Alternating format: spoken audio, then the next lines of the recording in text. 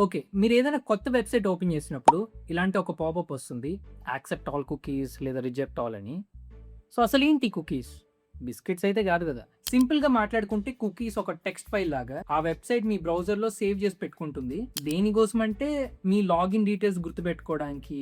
So that మీరు ప్రతిసారి password type చేసి లాగిన్ అవ్వకుండా. ఏదైనా కార్ట్‌లోకి యాడ్ చేశారనుకోండి, అది గుర్తుపెట్టుకోవడానికి.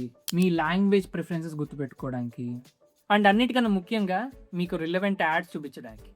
సో, అసలు ఈ పర్మిషన్స్ తీసుకోవాలా? ఒక టెక్స్ట్ ఫైలే కదా! సేవ్ చేసుకుంటే అయిపోద్ది కదా! అంటే అలా అవ్వదు.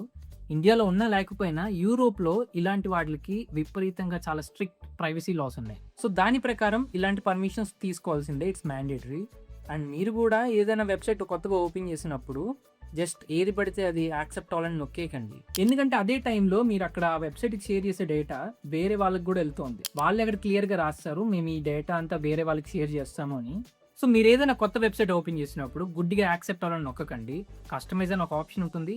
చూడండి. నెసెసరీ కుకీస్ మాత్రమే యాక్సెప్ట్ చేయండి. లేదా రిజెక్ట్ ఆల్ కూడా చేయొచ్చు. అండ్ టెక్ ఇంత సింపుల్‌గా ఎక్స్‌ప్లెయిన్ చేసినందుకు సబ్స్క్రైబ్ చేయడం మర్చిపోకండి.